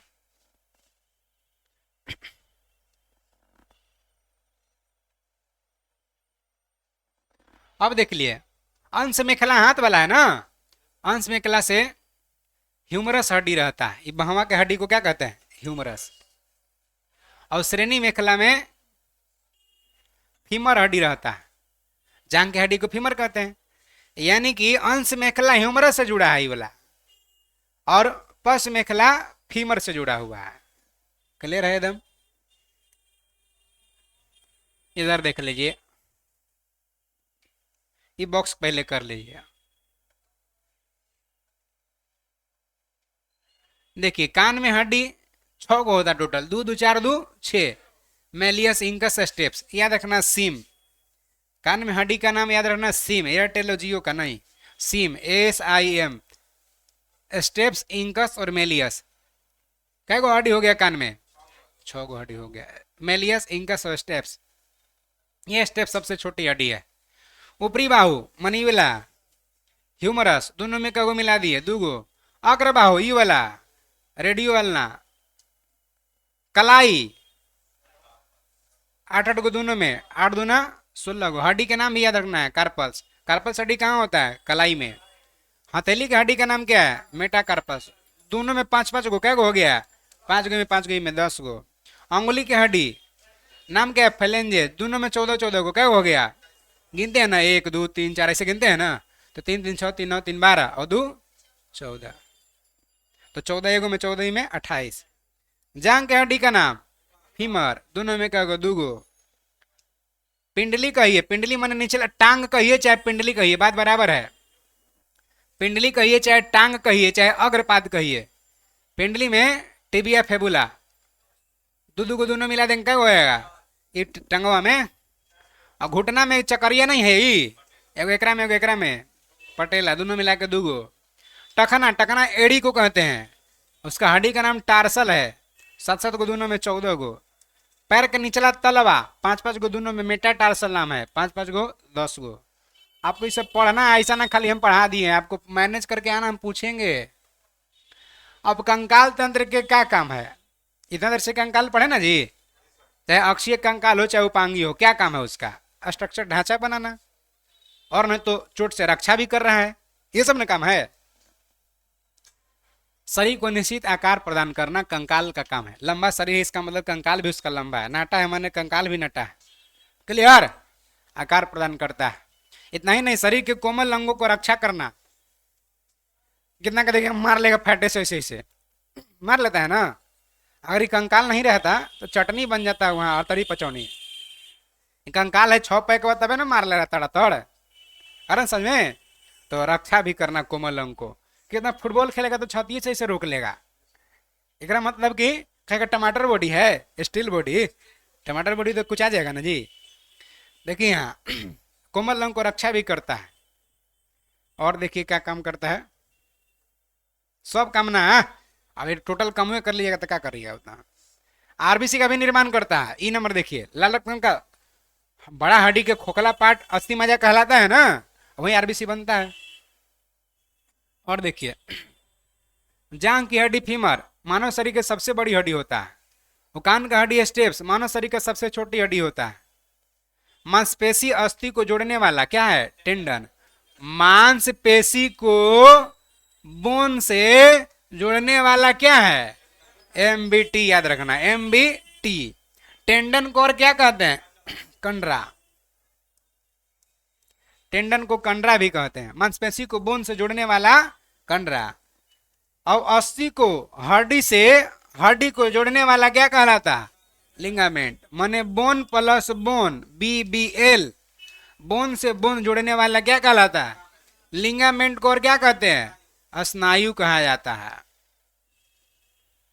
ठीक है, आगे आ जाइए।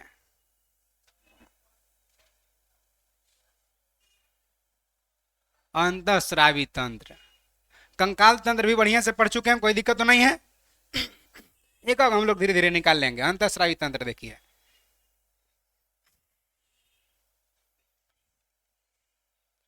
अंतःस्रावी तंत्र में पहला बहिस्रावी ग्रंथि है, तब अंतःस्रावी ग्रंथि, मिश्रित ग्रंथि, तीनों प्रकार के पढ़ेंगे। अब अंदर के सिस्टम हम लोग है ना। बहिस्रावी ग्रंथि यह नलिका युक्त होता है, एकरा में नली होता है, पाइप होता है, ट्यूब होता है। ये एंजाइम का श्रवण करता है, जो एंजाइम रिलीज करता है, श्रवण करने का काम करता है, इधर उधर ले जाने का काम करता है, उसको क्या कहते हैं, बहिस्रावी ग्रंथि। जैसे दुग्ध ग्रंथि, जैसे श्वेत ग्रंथि, जैसे आसु ग्रंथि, श्लेष्मा ग्रंथि, लार ग्रंथि, सब कैसा ग्रंथि है, बहिस्रावी ग्रंथि का उदाहरण है। अब देखिए अंतःस्रावी ग्रंथि, इसमें नलिका नहीं होता, नलिका विहीन होता, डक्टलेस ग्रंथि होता है। ये क्या श्रवण करता है, हार्मोन का श्रवण करता है। जैसे पीयूष ग्रंथि अंतःस्रावी है, ऑटो थायराइड ग्रंथि अंतःस्रावी है, पराऑटो पैराथायराइड ग्रंथि अंतःस्रावी है। पहचान नहीं गया, दे देगा निम्नलिखित में कौन सा अंतःस्रावी है, कौन बहिस्रावी है, तो दोनों का जैसे आप टिक लगा चुके हैं। अब देखिए मुख्य अंतःस्रावी ग्रंथि और उनसे उत्पन्न हार्मोन और उससे काम, उसका प्रभाव। देखिए पीयूष ग्रंथि कैसा ग्रंथि है, अंतःस्रावी है, पिट्यूटरी ग्लैंड अंग्रेजी भी याद रखना है। यह कपाल में, याद रखना है, कपाल में एक गड्ढा में स्थित होता, माने सिर में स्थित है, कपाल में गड्ढा में, कौन, पीयूष ग्रंथि। आगे देख लीजिए, इसको सेल टर्सिका कहते हैं, किसको, पीयूष ग्रंथि को। इसका भार लगभग 0.6 ग्राम होता है। इसको मास्टर ग्रंथि कहा जाता है, किसको, क्योंकि अंतःस्रावी ग्रंथि को नियंत्रण यही करता है, उससे निकलने वाले हार्मोन का नियंत्रण यही करता है, इसलिए इसको मास्टर ग्रंथि कहते हैं। किसको, एक और क्वेश्चन पूछता है, मास्टरों के मास्टर, ऐसा क्वेश्चन पूछता है, कहता है वो क्वेश्चन कि मास्टरों के मास्टर ग्रंथि क्या कहेंगे, थैलेमस को कहेंगे। मास्टरों ग्रंथि के मास्टर ग्रंथि थैलेमस कहलाता है, और मास्टर ग्रंथि कौन है, पीयूष ग्रंथि है। आगे आ जाइए। अब पीयूष ग्रंथि से निकलने वाला हार्मोन देखिए, उसका काम क्या है वो देखिए। एसटीएच हार्मोन कहां से निकलता है, पीयूष ग्रंथि से। एक क्वेश्चन कंप्लीट हो गया। अब एसटीएच की अधिकता से ज्यादा अगर होगा एसटीएच तो भीमकाय बीमारी हो जाता, गिंगटीज में बीमारी हो जाता, या इसी को एक्रोमेगेली कह सकते हैं, हो जाता है। भीमकाय एक्रोमेगेली क्या बीमारी है सर, तो मनुष्य की लंबाई सामान्य लंबाई से बहुत ज्यादा बढ़ जाता है, भीम की तरह हो जाता है। और अगर कमी हो गया एसटीएच हार्मोन का तो बौनापन हो जाता है, ड्वार्फेज में हो जाता है, कमी से छोटा बच्चा रह जाता है एकदम। क्लियर, आगे देखिए। एक एसटीएच हार्मोन हो गया, रिलीज होता है, और दूसरा TSH hormone, thyroid stimulating hormone. ये थायराइड ग्रंथि को कहता है कि हार्मोन स्रावित करो, यानी थायराइड ग्रंथि को हार्मोन स्रावित करने के लिए प्रेरित करने वाला हार्मोन टीएसएच है। थायराइड स्टिमुलेटिंग, स्टिमुलेट करता है कि हार्मोन रिलीज करो, जिसका श्रवण कहां से होता है, पीयूष ग्रंथि से। दो हार्मोन देख लिया।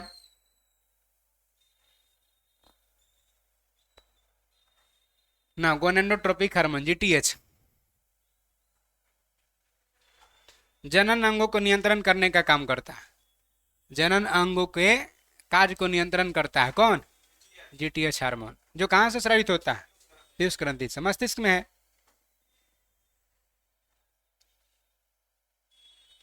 आगे आ जाइए।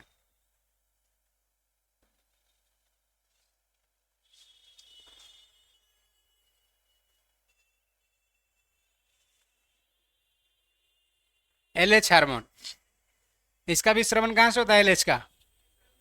पीयूष ग्रंथि से। टेस्टोस्टेरोन हार्मोन, नर में, यहां से देखिए, नर में टेस्टोस्टेरोन हार्मोन और मादा में एस्ट्रोजन हार्मोन स्रावित होता है। इसी हार्मोन के कारण, एलएच हार्मोन के कारण नर में टेस्टोस्टेरोन हार्मोन रिलीज होगा और मादा में एस्ट्रोजन हार्मोन रिलीज होगा। यह मस्तिष्क के लाल पीला हरा देखने पर हार्मोन स्रावित करने लगेगा। टेस्टोस्टेरोन नर में, एस्ट्रोजन मादा में। समझ में? आइए आगे।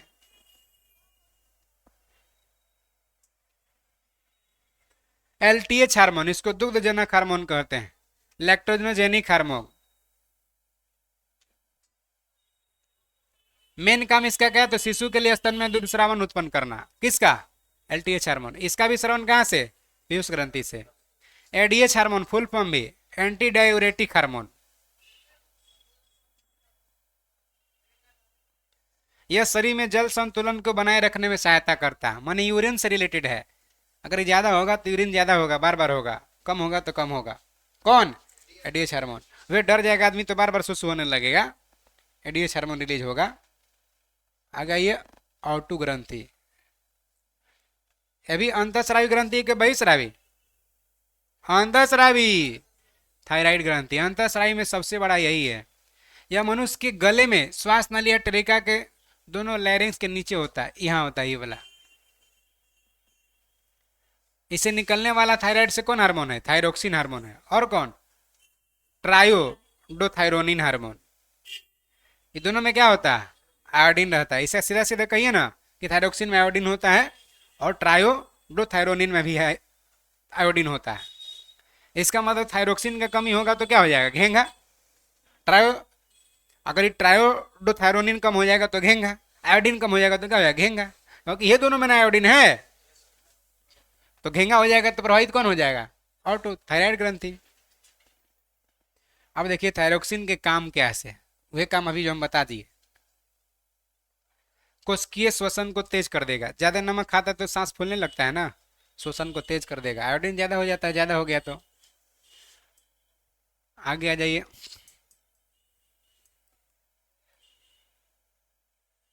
एक एक खाली श्वसन। थायरोक्सिन की कमी से क्या होगा? ज्यादा से तो देख लिया, अब कमी से देखिए क्या हो रहा है। जड़वमनता बीमारी होता है। थायरोक्सिन अगर कम हो जाएगा, आयोडीन का कम हो जाएगा, जड़वमनता बीमारी हो जाएगा। ये समानता रोग किसमें होता है? बच्चों में होता है। इसमें बच्चा का मानसिक और शारीरिक विकास अवरुद्ध हो जाता है, रुक जाता है, छोटा रह जाता है, नेपाली हो जाता है, न बुद्धि काम करता है न शरीर बढ़ता है। हाँ, आगे आ जाइए।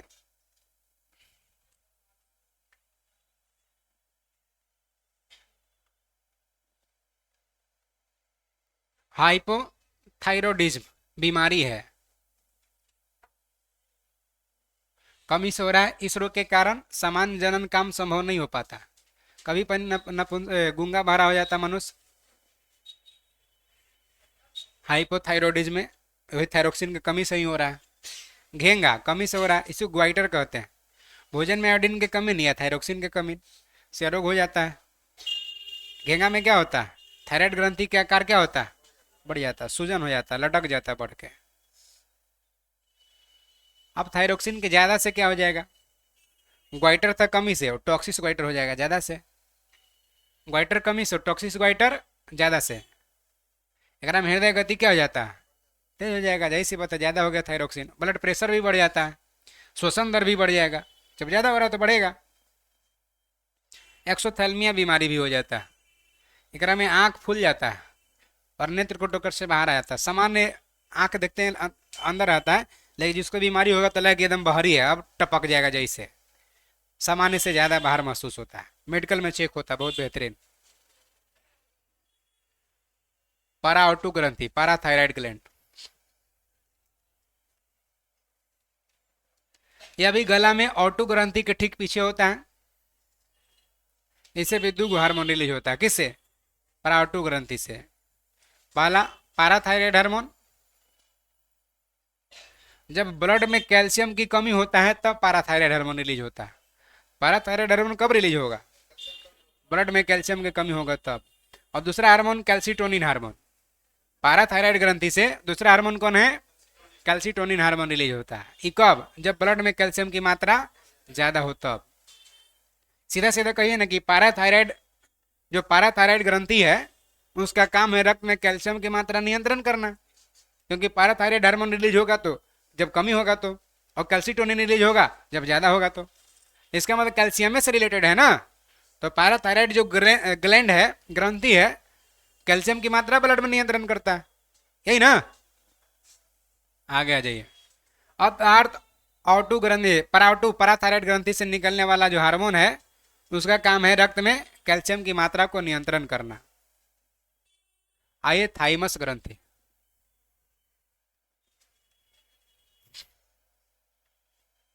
थाइमस ग्रंथि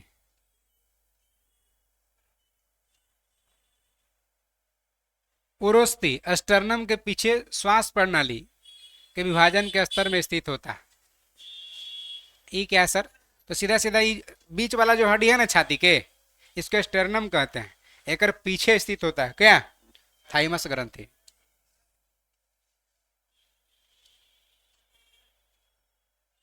आगे आ जाइए, डायरेक्ट आइए यहां से। यह ग्रंथि उम्र के अनुसार अलग अलग आकार का होता है थाइमस। जब तक कि बच्चा रहता है ना 2 साल तक, तब तक ये बढ़ते रहता थाइमस ग्रंथि। इसके बाद फिर सिकुड़ते जाता है। जब बच्चा रहता है तो बढ़ते जाता है 2 साल तक, उसके बाद फिर, इसलिए वयस्क में यह सिर्फ और सिर्फ तंतु में एकदम धागा के समान अवस्था में पाया जाता है, और बुढ़ापा में तो खत्म हो जाता है ये ग्रंथि। इसका काम क्या? तो रोग से लड़ने की क्षमता देना। बच्चा को रोग होगा तुरंत ठीक हो जाएगा, क्योंकि बड़ा है एकदम थाइमस। जवान में भी ठीक हो जाएगा, है कम से कम तंतु में। बूढ़ा को जल्दी रोग ठीक होता है? बुढ़ापा अवस्था में रोग जल्दी ठीक नहीं होता। क्यों? क्योंकि थाइमस ग्रंथि विलुप्त हो गया है। अरे समझे? थाइमस ग्रंथि से थाइमोसिन नामक एक पेप्टाइड हार्मोन का रिलीज होता है, जो मुख्य रूप से टी कोशिका का निर्माण करता है। यह टी कोशिका जो रोग से लड़ने की क्षमता देता है। एड्स में यह डैमेज होता है। कोशिका शरीर से रोग प्रतिरोधक क्षमता बनाए रखने में खास भूमिका निभाता है। रोग से लड़ने की क्षमता बरकरार रहता है। यानी थाइमस ग्रंथि कह सकता है कि प्रतिरक्षा तंत्र के विकास में महत्वपूर्ण भूमिका निभाता है, यही ना? क्लियर हुआ? चलिए अधिवीरिका ग्रंथि आ जाइए। कौन ग्रंथि? अधिवीरिका ग्रंथि, एड्रिनल ग्लैंड। यह किडनी के ऊपर स्थित होता है। अधिवीरिका ग्रंथि कहाँ होता है? किडनी के ऊपर। इसका मेन काम है, जब डिप्रेशन में आदमी तनाव में टेंशन में रहता है ना, उस समय हार्मोन निकालता है। किडनी के ऊपर है, और जब तनाव में, टेंशन में, दुख में, कष्ट में है तो रिलीज करता है। अधिवृक्क ग्रंथि से निकलने वाले हार्मोन को लड़ो और उड़ो, फाइट एंड फ्लाइट हार्मोन कहते हैं। उसी समय खाली रिलीज होता है। अधिवृक्क ग्रंथि के 2 भाग है, बाहरी को कॉर्टेक्स कहते हैं और अंदरूनी को मेडुला कहते हैं। किडनी की तरह सेम है। आइए, कॉर्टेक्स से निकलने वाला हार्मोन, उसका काम। कॉर्टेक्स बाहरी है कि अंदरूनी है? बाहरी है। तो कॉर्टेक्स से निकलने वाला हार्मोन, उसका काम। एक हार्मोन है ग्लूकोकार्टिकॉइड्स, खाली समझना कि निकलता है बाहरी से, कॉर्टेक्स से एक एगो। और दूसरा लिंग हार्मोन, किसे निकलता है? कॉर्टेक्स से।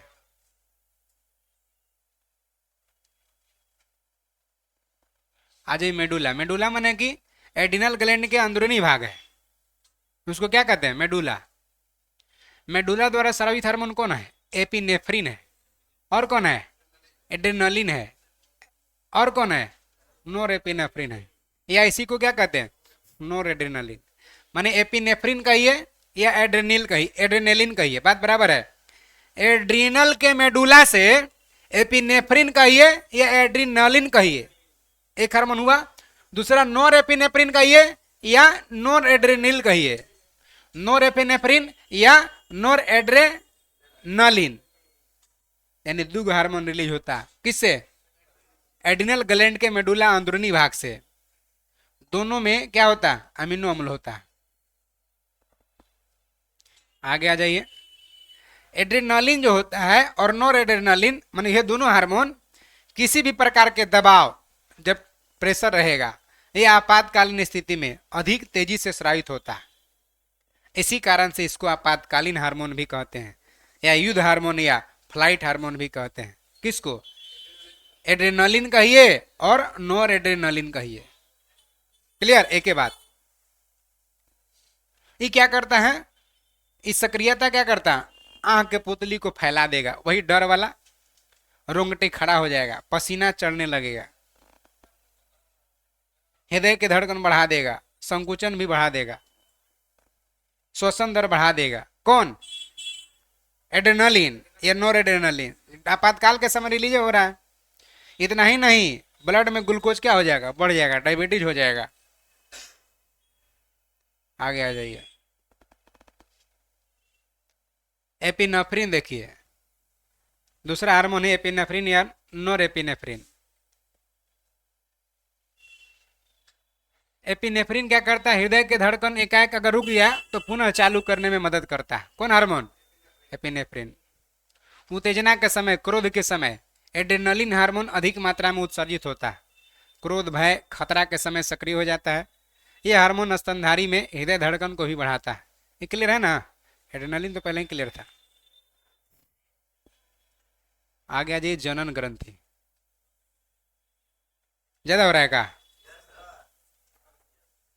खत्म नहीं होगा ग्रंथि?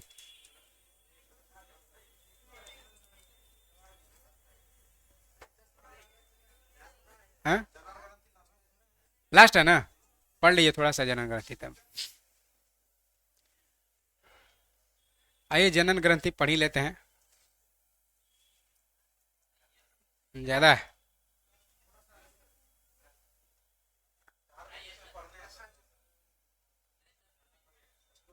आइए पढ़िए लेते हैं, ऐसा बात है तो आप ही लोग ना सब, आप ही लोग के क्लास से जैसे करवाइए। चलिए आइए जनन ग्रंथि हम लोग पढ़ ही लेते हैं। ज्यादा नहीं होगा जनन ग्रंथि में, कम कम होगा। चलिए। अंडाशय। अंडाशय ओवरी मदांग है कि नौरंग है?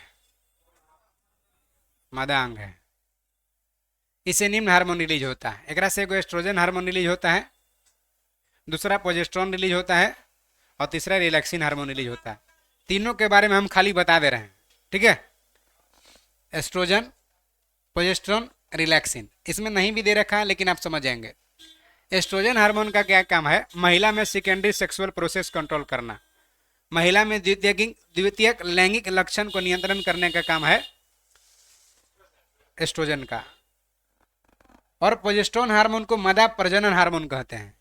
एस्ट्रोजन को मादा हार्मोन और प्रोजेस्टेरोन को मादा प्रजनन हार्मोन। महिला गर्भवती होने का प्रमाण प्रोजेस्टेरोन हार्मोन दिलाएगा, इसलिए मादा प्रजनन हार्मोन प्रोजेस्टेरोन को कहते हैं, जबकि मादा हार्मोन एस्ट्रोजन को कहते हैं। स्त्री हार्मोन या मादा हार्मोन एस्ट्रोजन है। आ रहा समझ में? रिलैक्सिन हार्मोन शिशु जन्म के समय मदद करता है। रिलैक्सिन हार्मोन शिशु जन्म के समय मदद करता है। बस तीनों कंप्लीट। आ गई ये ब्रिसन। ब्रिसन नर अंग है कि मादा अंग है? नर अंग है। ब्रिसन नर अंग है। टेस्टेस कही अंग्रेजी में। इससे निकलने वाला हार्मोन है टेस्टोस्टेरोन। ये टेस्टोस्टेरोन को एंड्रोजन भी कहते हैं। टेस्टोस्टेरोन को क्या कहते हैं? एस्ट्रोजन नहीं, एंड्रोजन।